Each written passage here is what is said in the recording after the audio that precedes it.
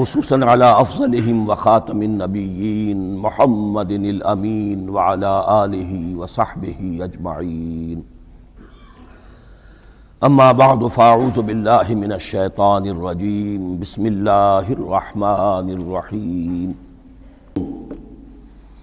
یا بنی اسرائیل اذکروا نعمتی التی انعمت علیکم وانی فضلتکم علی العالمین. یہ ترتیب ذہن میں رکھیے. اور دوسری آیت بھی جو کہ طرف یہ ہے کہ ترتیب تھوڑی سی بدلی ہے. بریکٹ یوں بناتے ہیں تو اس کی چونچ ادھر ہوتی ہے تو اس کی چونچ ادھر ہوتی ہے. تو اسی طریقے سے ذہن میں رکھیے کہ دوسری آیت کی ترتیب تھوڑی سی بدل دی درمیانی، اور وہ بھی درمیان میں چونچ والا معاملہ جو ہوتا ہے. وَاتَّقُوا يَوْمًا لَا تَجْزِي نَفْسٌ عَن نَفْسٍ شَيْئًا. یہ تو جو کہ تو وہی ہے، ڈرو اس دن سے جس دن کوئی جان کسی دوسری جان کے کام نہ آ سکے گی. وَلَا يُقْبَلُ مِنْهَا عَدْلٌ. وہاں کیا تھا؟ وَلَا يُقْبَلُ مِنْهَا شَفَاعَةٌ. یہاں کیا آیا؟ وَلَا يُقْبَلُ مِنْهَا عَدْلٌ. نہ اس سے کوئی فدیہ قبول کیا جائے گا. وَلَا تَنْفَعُهَا شَفَاعَةٌ. یہ شفاعت بعد میں لے آئے، عدل پہلے لے آئے. وہاں شفاعت پہلے ہے، عدل بعد میں. بس یہ تبدیلی ہے. وَلَا هُمْ يُنصَرُونَ. اور یہ پھر جو کا تو وہی جو پہلی آیت میں تھا، جو چھٹے رکوع کی دوسری آیت ختم ہوئی، نہیں انہیں کوئی مدد مل سکے گی. یہ جو حصہ تھا جو تقریباً 10 رکوعوں پر مشتمل تھا، سورہ بقرہ کے 18 رکوع کہ جن میں روح سخن ہے سابقہ امت مسلمہ کی طرف. 4 رکوع بڑے عموم کے حامل تھے، لیکن بین السطور وہاں بھی اشارے موجود تھے. روح سخن جو تھا وہ بنی اسرائیل کی طرف. 10 رکوعوں میں صراحت کے ساتھ ساری گفتگو انہی سے ہے، الا یہ کہ ایک جگہ مسلمانوں سے خطاب کر لیا، کچھ آخر میں اہل مکہ کا تذکرہ بھی ہو گیا. اب اس کے بعد ذکر شروع ہو رہا ہے حضرت ابراہیم علیہ السلام کا. وہ بات سمجھ لیجئے کہ کیا وجہ ہے اس کی. دیکھیے حضرت ابراہیم کی نسل کی یہ 2 شاخیں چلی. ویسے تو 3 ہیں. عام طور پر لوگوں کے علم میں ہے کہ 2 بیویاں تھیں. حضرت ہاجرہ سے حضرت اسماعیل پیدا ہوئے، بڑے تھے. حضرت سارہ سے حضرت اسحاق، ان کے بیٹے یعقوب، یعقوب کے 12 بیٹے بنی اسرائیل. حضرت اسماعیل کو حضرت ابراہیم نے آباد کیا خانہ کعبہ کے پاس لا کر، بواد غیر ذی زرع. تو وہاں یہ جو ہے ایک نسل چلی. لیکن نبوت جو ہے حضرت ابراہیم کے بعد حضرت اسماعیل کو تو ملی. اس کے بعد مسلسل یوں سمجھیے کہ تقریباً 3000 کا فصل ہے سالوں کا کہ کوئی نبوت اس شاخ میں نہیں آئی.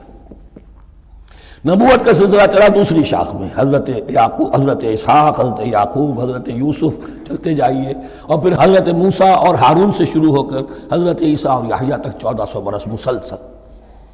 اگرچہ تیسری شاخ بھی تھی، بنو قطورہ کہلاتے. تیسری اہلیہ آپ کی تھی قطورہ. بنی قطورہ میں سے ان کی اولاد بڑی کثیر تھی.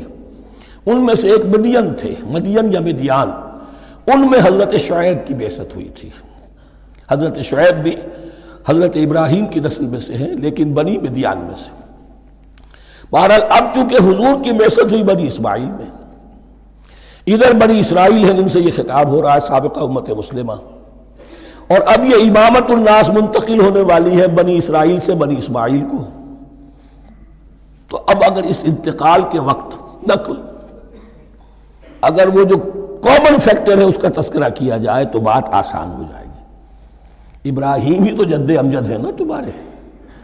تم یعقوب کی اولاد ہو، ٹھیک ہے، لیکن یعقوب کس کے بیٹے تھے؟ اسحاق کے. اسحاق کس کے بیٹے تھے؟ ابراہیم کے.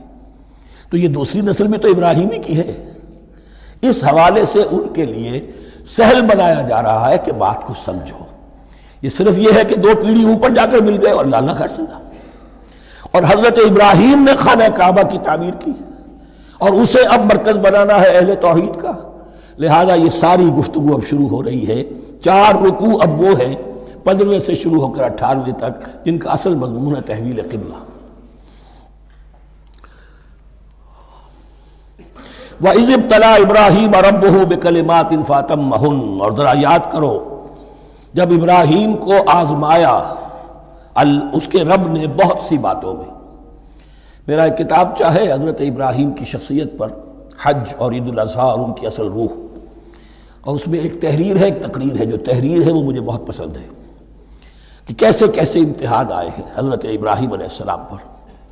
فَأَتَمَّهُنَّ. اب یہ ایک جملے میں ایک پوری داستان ہے. اس نے ان سب کو پورا کیا، سب میں پاس ہو گیا. ہر امتحان سے کامیابی کے ساتھ with flying colors ہر امتحان سے نکلے. قال انی جاعلک للناس اماما، تب ہم نے کہا اے ابراہیم اب میں تمہیں نوع انسانی کا امام بنانے والا ہوں. قال ومن ذریتی، انہوں نے کہا اور میری نسل کے بارے میں بھی یہ وعدہ ہے کہ نہیں؟ قال لا ینال عہد الظالمین، فرمایا میرا یہ عہد ظالموں سے متعلق نہیں ہوگا. مطلب کیا ہوا کہ تمہاری نسل میں سے جو صاحب ایمان ہوں گے، نیک ہوں گے، سیدھے راستے پر چلیں گے، ان سے ہمارا وعدہ ہے، لیکن نسلیت کی بنیاد پر نہیں ہے کہ جو بھی تمہاری نسل میں سے لازماً وہ اس وعدے کا مصداق بن جائے. وَإِذْ جَعَلْنَا الْبَيْتَ مَثَابَةً لِلنَّاسِ وَأَمْنًا، اور یاد کرو جب کہ ہم نے گھر کو، اپنے گھر کو، بیت اللہ کو قرار دے دیا لوگوں کے لیے زیارت کی جگہ، لوٹ کے آنے، لوٹ کر آؤ، حج کرو. مَثَابَةً لِلنَّاسِ وَأَمْنًا، اور اسے امن کا گھر قرار دے دیا. وَاتَّخِذُوا مِن مَقَامِ إِبْرَاهِيمَ مُصَلًّى، اور ہم نے حکم دیا کہ مقام ابراہیم کو اپنی جائے نماز بنا لو، نماز پڑھنے کی جگہ بنا لو. آج کل تو بعض علماء نے یہ کہا ہے کہ مقام ابراہیم سے مراد کوئی خاص پتھر نہیں ہے، بلکہ اصل میں وہ تو پوری جگہ جو تھی وہ مقام ابراہیم، حضرت ابراہیم وہاں آباد ہوئے تھے. لیکن صحیح بات وہی ہے جو ہمارے سلف سے چلی آ رہی ہے، روایات پختہ ہیں اس کے بارے میں کہ یہ جس طریقے سے حجر اسود جنت سے آیا ہے، ایسے ہی یہ بھی ایک پتھر تھا کہ جو جنت سے لایا گیا حضرت ابراہیم کے لیے جب وہ تعمیر کر رہے تھے. کوئی اور ذرائع تو ابھی تھے ہی نہیں، اس کے اوپر وہ کھڑے ہوتے تھے اور یہ پتھر ہی اونچا ہوتا جاتا تھا خود. اب جیسے جیسے تعمیر اوپر جا رہی ہے تو اس کے لیے یہ پتھر اونچا ہوتا تھا. وہ پتھر ہے جو مقام ابراہیم اب بھی محفوظ ہے، اور وہاں پر پھر طواف کر کے کعبے کا مکمل، پھر اس کے آس پاس جو ہے 2 رکعت جو ہے وہ ادا کی جاتی ہے نماز. وَعَهِدْنَا إِلَىٰ إِبْرَاهِيمَ وَإِسْمَاعِيلَ أَن طَهِّرَا بَيْتِيَ لِلطَّائِفِينَ وَالْعَاكِفِينَ وَالرُّكَّعِ السُّجُودِ، اور ہم نے عہد لے لیا تھا ابراہیم اور اسماعیل سے کہ تم دونوں ہمارے اس گھر کو، بیتیا میرے اس گھر کو پاک رکھو. اب یہ تطہیر بھی دونوں طرح کی ہوگی، ظاہری صفائی بھی ہو، گند نہ ہو، تاکہ زائر آئیں تو ان کے دلوں میں جو کدورت پیدا نہ ہو، کوفت نہ ہو، کھلی فضا ہو، صاف رکھو. اور تطہیر باطنی، وہاں توحید کا چرچا ہو، کوئی اور کفر اور شرک جو ہے وہ نہ آنے پائے. ان طہرا بیتی للطائفین والعاکفین، طواف کرنے والوں کے لیے، اعتکاف کرنے والوں کے لیے، والرکع السجود، اور رکوع اور سجود کرنے والوں کے لیے. وَإِذْ قَالَ إِبْرَاهِيمُ رَبِّ اجْعَلْ هَٰذَا بَلَدًا آمِنًا وَارْزُقْ أَهْلَهُ مِنَ الثَّمَرَاتِ مَنْ آمَنَ مِنْهُمْ بِاللَّهِ وَالْيَوْمِ الْآخِرِ. اور یاد کرو جب کہ ابراہیم نے کہا تھا اے میرے پروردگار اس گھر کو امن کی جگہ بنا دے، اور اس کے رہنے والوں، اس کے ہاں آباد ہونے والوں کو یعنی بنی اسماعیل کے لیے ان کو رزق عطا فرما، میووں کا اور پھلوں کا. من آمن منہم باللہ والیوم الآخر. اب یہاں حضرت ابراہیم خود رک گئے کہ میں اپنی ساری اولاد کے لیے یہ دعا نہ کروں، اس لیے کہ وہاں روک دیا گیا تھا لا ینال عہد الظالمین. تو جو بھی ان میں سے ایمان اور عمل صالح والے ہوں اور یوم آخر پر ایمان رکھتے ہوں، اجعل هذا البلد آمنا وارزق اهله من الثمرات من آمن منهم باللہ والیوم الآخر. اب یہاں دیکھیے اللہ تعالیٰ نے گویا کہ ہم کہیں گے ازرہ شفقت مسکراتے ہوئے گویا کہ فرمایا کہ ابراہیم قال ومن کفر، تمہاری اولاد میں سے جو کفر کرے گا فأمتعه قلیلا، اس کو بھی میں دنیا کا ساز و سامان تو دوں گا، امامت میں شامل نہیں کر سکتا، لیکن یہ کہ دنیاوی طور پر مال و متاع جو ہے وہ ان کو بھی میں دوں گا. ومن کفر فأمتعه قلیلا ثم اضطره الى عذاب النار، ہاں پھر اسے کشاں کشاں لے آؤں گا جہنم کے عذاب کی طرف. وبئس المصیر، اور وہ بہت ہی بری جگہ ہے لوٹنے کی.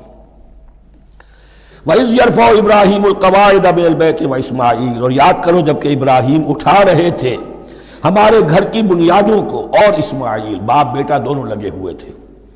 یہاں لفظ جو قواعد آیا ہے اس کو نوٹ کیجئے، قواعد قاعدے کی جمع ہے اور یہ بنیادوں کو کہا جاتا ہے، اور اس میں اشارہ ہے حضرت ابراہیم اصل معمار اور بانی نہیں ہے کعبے کے. کعبہ بنایا ہے حضرت آدم نے. ان اول بیت وضع للناس للذی بمکہ، پہلا گھر. اب کیسے ممکن تھا حضرت آدم علیہ السلام کے زمانے سے لے کر اور حضرت ابراہیم تک کم و بیش جو ہے 4000 برس ہے، عام اندازہ جو ہے تورات کا اگر آپ لگائیں تو کوئی مسجد نہیں بنی ہوگی کیا؟ یہ پہلا گھر ہے، پہلا وہ گھر خدا کا. تو اس کی بنیادیں رہ گئی تھیں، باقی وہ امتداد زمانہ سے، اور چونکہ یہ سیلاب کا راستہ تھا، سیلاب کی وجہ سے وہ سب جو ہے دیواریں بہہ گئی تھیں، صرف بنیادیں تھیں. ان بنیادوں کو پھر وَإِذْ بَوَّأْنَا لِإِبْرَاهِيمَ مَكَانَ الْبَيْتِ، یہ سورہ حج میں جا کر مضمون تفصیل سے آئے گا. اب میں آئے گا کہتا ہوں، آ چکا ہے حقیقت کے اعتبار سے، اس لیے کہ یہ ساری مکی صورتیں ہیں جو نازل ہو چکی ہیں سورہ بقرہ سے بہت پہلے. تو جب وہ ان بنیادوں کو اٹھا رہے تھے تو دعائیں مانگ رہے تھے. ربنا تقبل منا انک انت السمیع العلیم، اے رب ہماری اس کوشش کو، ہماری اس مشقت کو، محنت کو قبول فرما. باہر گھر بنا رہے ہیں، پتھر اٹھا اٹھا کر لا رہے ہیں. حضرت اسماعیل کی عمر اس وقت لگ بھگ 13 برس ہے، ہاتھ بٹا رہے ہیں.